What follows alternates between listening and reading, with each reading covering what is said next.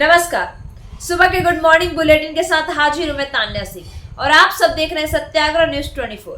खबरों की शुरुआत मोतिहारी से, जहां 11 लोगों की डूबने से हुई मौत। तो मोतिहारी पुलिस की कार्रवाई से अपराधियों के बीच मचा हड़कंप। साथ ही 5 बड़ी खबरें फटाफट अंदाज में। मोतिहारी में जिस बेटे के लिए मां ने जितिया पर्व भूखी, उसी बेटे को गंवा कर आई। पिछले 24 घंटे के अंदर पूर्वी चंपारण मोतिहारी जिले में 11 लोगों की डूबने से मौत हुई है। आपको बताते चले, कल्याणपुर प्रखंड के गरीब शंभू चौक और वृंदावन पंचायत में जितिया स्नान करने गई 5 लोगों की डूबने से मौत हो गई, जबकि लखौरा में 3 और रक्सौल, शिकारगंज, हरसिद्धि में एक बच्चे की डूबने से मौत हो गई है। इसके बाद परिवार में चीख पुकार मचा है। मोतिहारी के नगर थाना क्षेत्र के बलुआ टाल स्थित एयरटेल पेमेंट बैंक में हुए लूटकांड का मोतिहारी पुलिस ने आखिरकार खुलासा कर दिया है। लूट की साजिश रचने वाले कोटक महिंद्रा का कलेक्शन एजेंट और उसके एक साथी को गिरफ्तार किया गया है। सदर एएसपी शिखर चौधरी ने बताया कि 17 सितंबर की देर शाम नगर थाना क्षेत्र के बलुआ टाल स्थित एयरटेल पेमेंट बैंक से 2 अपराधियों ने हथियार के दम पर 1,15,000 रुपए लूट कर फरार हो रहे थे। जब दुकानदार ने उसका पीछा किया तो अपराधियों ने हवाई फायरिंग करते हुए वहां से फरार हो गए। घटना के बाद मोतिहारी एसपी ने उद्भेदन के लिए अपराधियों पर 25-25 हजार रुपए के इनाम घोषणा के साथ एसआईटी टीम का गठन किया। एसआईटी टीम ने बड़ी कार्रवाई करते हुए लूट के 10,000 रुपए के साथ 2 बदमाश अनुज कुमार, अंशु कुमार और गिरफ्तार किया है।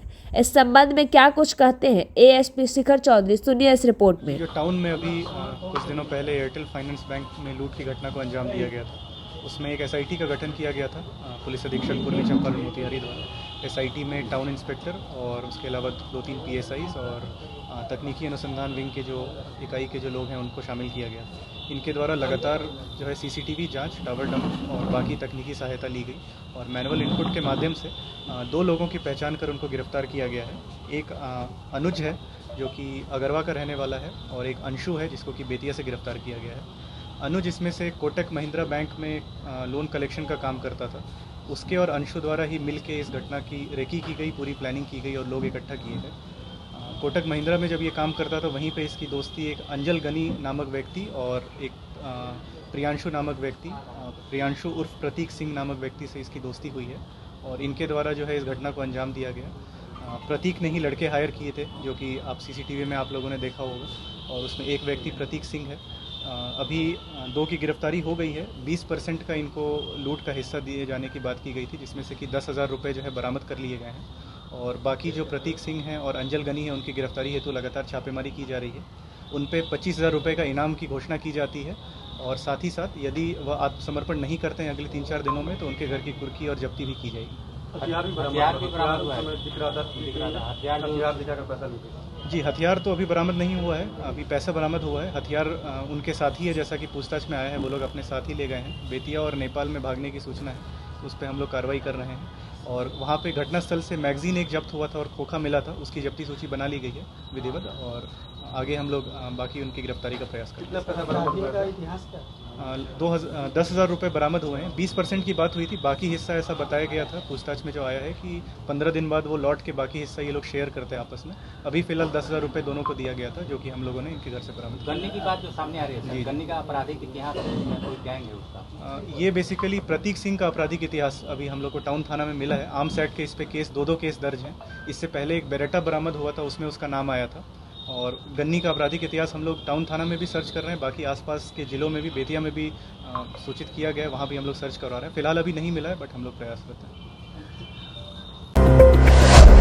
मोतिहारी पुलिस की लगातार कार्रवाई से अपराधियों में मचा हड़कंप। बिजदरी थाना कांड संख्या 21/24 नाइट गार्ड मणि प्रकाश को गोली मार के हत्याकांड मामले में एसपी स्वर्ण प्रभात द्वारा गठित एसआईटी टीम का व पुलिसिया दबिश के कारण घटना के महज 4 दिनों के एक गिरफ्तार तो 2 कोर्ट में किया गया था सरेंडर, जिसके बाद केसरिया और बिजधरी पुलिस ने कल 2 और फरार आरोपियों के इश्तिहार चिपकाया था, जिसमें आज कोर्ट में चौथा अपराधी हसेंदर राय आत्मसमर्पण कर दिया, जबकि 5वां शशि राय 12 घंटे के अंदर आत्मसमर्पण नहीं करेगा तो उसके घर की कुर्की बिजधरी पुलिस कर देगी।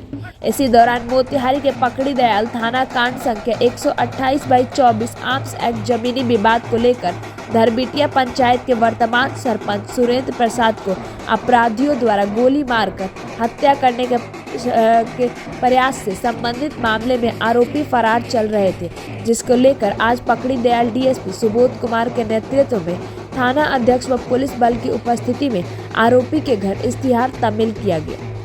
इस कांड में पूर्व एक अभियुक्त रविंद्र साहनी के 3 देसी कट्टा तथा कांड में प्रयुक्त मोटरसाइकिल के साथ गिरफ्तार कर जेल भेजा जा चुका है। आगे सुनिए क्या कहते हैं पकड़ी दयाल डीएसपी। मोतिहारी पुलिस अधीक्षक महोदय के द्वारा अपराधियों के विरुद्ध विशेष अभियान के अंतर्गत कार्रवाई करने का निर्देश प्राप्त हुआ है। इस निर्देश के आलोक में पकड़ी दयाल थाना कांड संख्या 128/24 दिनांक 29/5/24 धारा 341, 23, 325, 307, 25(1)(b) 26(35) आर्म्स एक्ट से संबंधित है।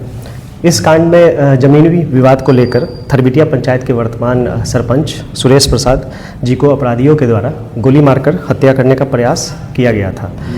इस कांड में फिरार अभियुक्त जिसका नाम नागेश्वर प्रसाद है, पिता बनारसी शाह, जो मझौलिया के रहने वाले हैं, उसके विरुद्ध आज दिनांक 25/9/24 को इश्तिहार तामीला किया गया है। और इस कांड में पूर्व में एक अभियुक्त जरविंदर सहनी, जिसको 3 देसी कट्टा के साथ गिरफ्तार कर न्यायिक हिरासत में भेजा जा चुका है। मोतिहारी में नाबालिग प्रेमी प्रेमिका के बीच हुई चाकूबाजी, दोनों अस्पताल में भर्ती। लड़के के प्राइवेट पार्ट पर वार, 1.5 साल से था दोनों के बीच अफेयर।